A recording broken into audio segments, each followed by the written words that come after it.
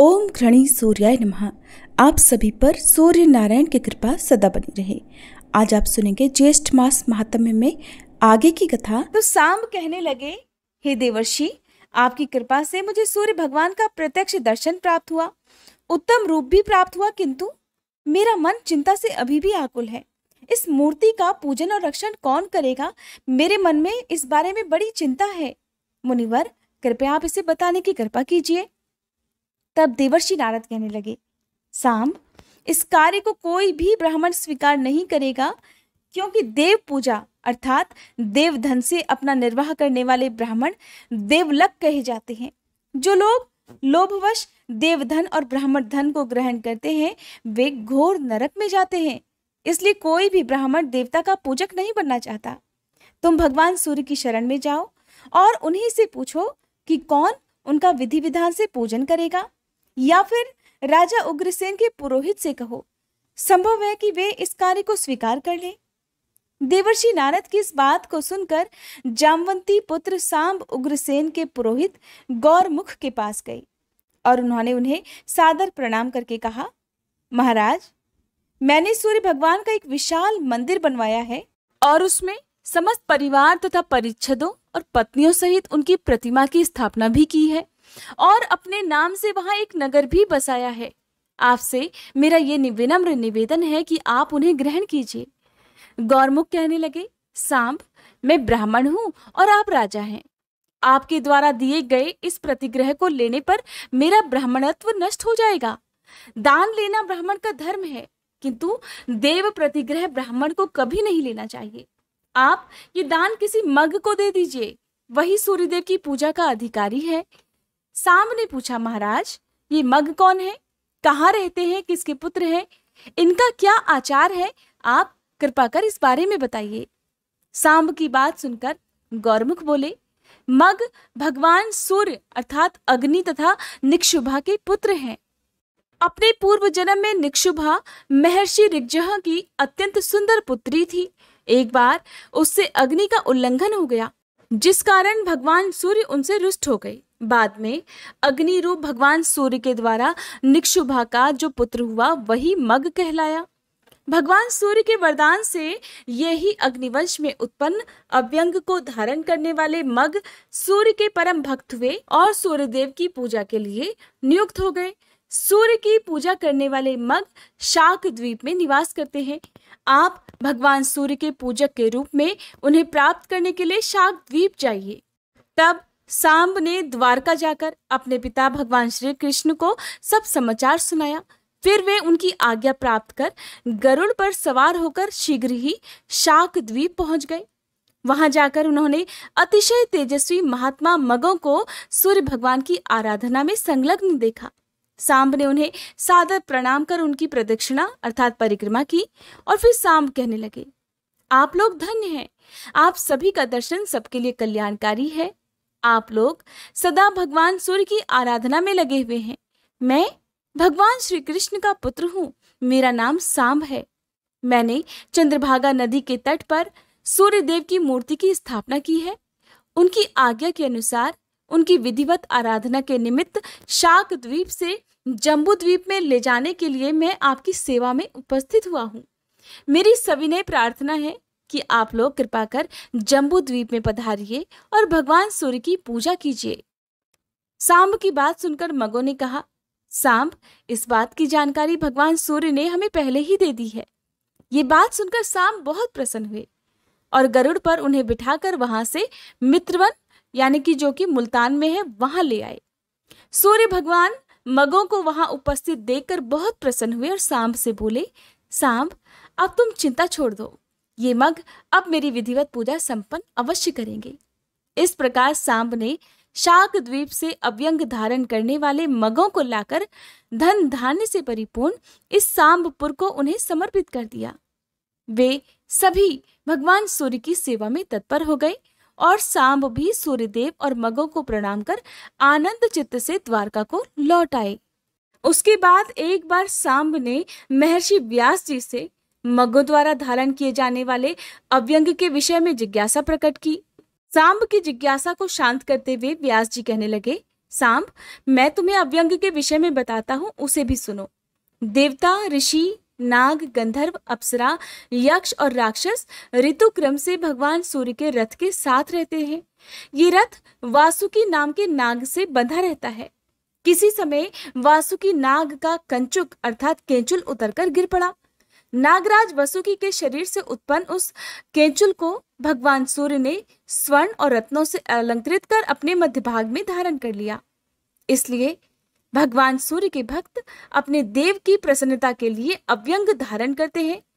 उसके धारण करने से भोजक पवित्र हो जाते हैं और उस पर भगवान सूर्य का अनुग्रह भी होता है।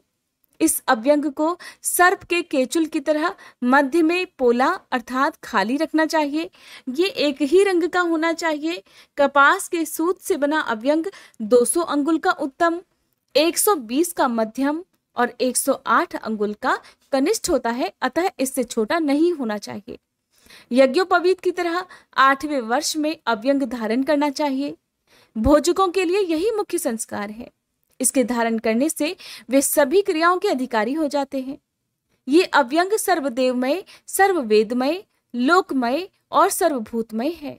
इसके मूल में विष्णु, मध्य में ब्रह्मा और अंत में शशांक मौली भगवान शिव निवास करते हैं। इसी तरह ऋग्वेद, यजुर्वेद और सामवेद क्रमशः मूल, मध्य और अग्रभाग में रहते हैं। अथर्ववेद ग्रंथि में स्थित रहता है। पृथ्वी, जल, तेज, वायु, आकाश और भूलोक, भुवरलोक तथा स्वर्लोक आदि 7 लोक अव्यंग में निवास करते हैं।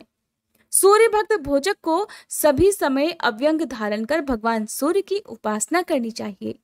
सुमंतु मुनि बोले, राजन, इस प्रकार व्यास जी के द्वारा अव्यंग के विषय में जानकारी प्राप्त कर सांब नारद जी के पास वापस लौट आए और उन्होंने उनसे सब वृतांत बताकर पूछा, हे देवर्षि, भोजकों को भगवान सूर्य को स्नान, अर्घ, आचमन, धूप आदि किस प्रकार समर्पित करना चाहिए, इनका भी आप कृपा कर वर्णन कीजिए। तो देवर्षि नारद बोले, सांब, संक्षेप में मैं वह विधि बता रहा हूं, सावधान होकर सुनो। सबसे पहले शौच आदि से निवृत्त होकर आचमन पूर्वक नदी में, जलाशय आदि में स्नान करना चाहिए। फिर स्वर्ण दान कर 3 बार आचमन करें। शुद्ध वस्त्र पहनकर पवित्री धारण कर पूर्वाभिमुख या उत्तराभिमुख होकर आचमन करना चाहिए। फिर 2 बार मार्जन और 3 बार अभ्युक्षण करें।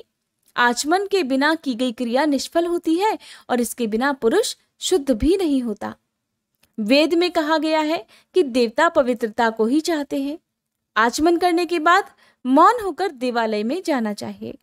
आसन पर बैठकर प्राणायाम कर सिर को कपड़े से ढककर रखना चाहिए और विविध अर्घ्य पात्र को हाथ में उठाकर भगवान सूर्य का आह्वान करना चाहिए तथा दोनों जानुओं पर बैठकर भगवान सूर्य का अपने हृदय में ध्यान करते हुए इस मंत्र से अर्घ्य प्रदान करना चाहिए। एहि सूर्य सहस्त्रांशो तेजो राशे जगतपते अनुकंपा ही में कृत्वा ग्रहणार्घ्यम दिवाकर। इस प्रकार अर्घ देने के साथ ही तीनों काल स्नान कर जो भगवान सूर्य की आराधना करता है और धूप देता है, वह अश्वमेध यज्ञ का फल प्राप्त कर लेता है और उसे धन, पुत्र तथा आरोग्य की भी प्राप्ति हो जाती है और अंत में वह भगवान सूर्य में लीन हो जाता है। उत्तम पुष्पों के ना मिलने पर पत्तों से भी पूजन कर सकते हैं। धूप ही दें या भक्ति पूर्वक जल ही सूर्यदेव को अर्पित कर सकते हैं।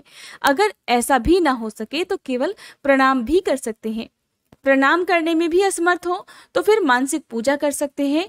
ये विधि द्रव्य के अभाव में करनी चाहिए।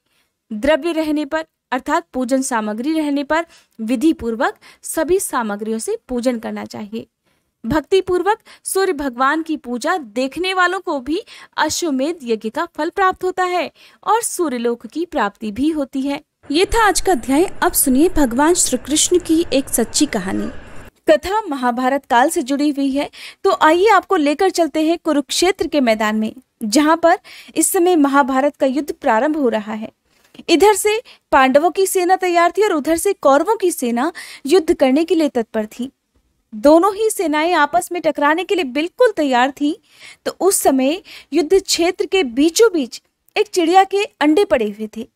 उस चिड़िया ने बिल्कुल अभी अभी वो अंडे दिए थे और उस चिड़िया की आंखों में आंसू थे। वो रो रही थी कि दोनों तरफ से अब सेनाएं आपस में टकराएंगी तो मेरे ये बच्चे तो संसार में आने से पहले ही नष्ट हो जाएंगे।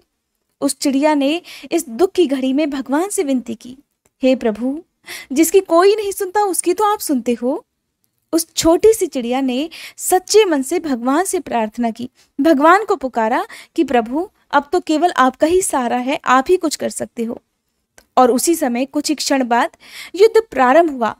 दोनों ही सेनाएं बड़े जोर शोर से एक दूसरे से टकरा रही थी। महाभयंकर युद्ध छिड़ गया। बड़े बड़े महारथी इस युद्ध में मारे गए। चारों तरफ जिधर भी देखो सैनिकों के लाशों के ढेर पड़े हुए थे। महाभारत युद्ध के बाद अर्जुन के रथ को लेकर भगवान श्री कृष्ण वापस कुरुक्षेत्र की भूमि से निकलकर जा रहे थे, क्योंकि अब पांडव इस युद्ध को जीत चुके हैं। भगवान अर्जुन के रथ को लेकर जा रहे हैं। भगवान श्री कृष्ण इस समय अर्जुन के सारथी बने हुए हैं। तो नीचे धरती पर एक रथ का घंटा पड़ा हुआ है। भगवान के हाथ में घोड़ों को हाँकने वाला चाबुक है, क्योंकि वो अर्जुन के रथ को हाँक रहे हैं।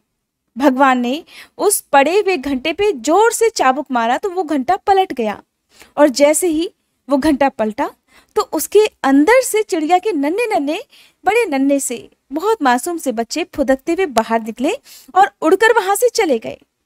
ये देखकर अर्जुन को बड़ा आश्चर्य हुआ और अर्जुन भगवान से कहने लगे, हे केशव, ये मैं क्या देख रहा हूँ? इतना भीषण युद्ध जो ना पहले कभी हुआ ना ही शायद आगे कभी होगा, और ऐसा भीषण महाभारत युद्ध जिसमें भीष्म पितामह, कर्ण और गुरु द्रोण जैसे योद्धा तक नहीं बचे। बड़े से बड़े शक्तिशाली महारथी इस युद्ध में मारे गए, लेकिन ऐसे भीषण संग्राम में भी इन चिड़िया के बच्चों की रक्षा किसने की होगी? अर्जुन की बात सुनकर भगवान श्री कृष्ण मंद मंद मुस्काने लगे, कहने लगे, अर्जुन अभी भी नहीं समझे? जिसने इस महासंग्राम में तुम्हारी रक्षा की है, जिनके कारण तुम आज जीवित हो, उन्हीं ने चिड़िया के इन नन्हे नन्हे बच्चों की भी रक्षा की है। भगवान कृष्ण की बात अर्जुन समझ गए। तो ये है कथा का सार कि भगवान कृष्ण को या अपने आराध्य देवी देवता को जब भी आप किसी भी मुश्किल वक्त में सच्चे मन से पुकारते हैं तो भगवान आपकी रक्षा करने के लिए, आपकी सहायता करने के लिए जरूर आते हैं। हरे कृष्णा। आज के अध्याय में बस इतना ही। इसके आगे की कथा आप सभी आने वाले अध्याय में सुनिएगा।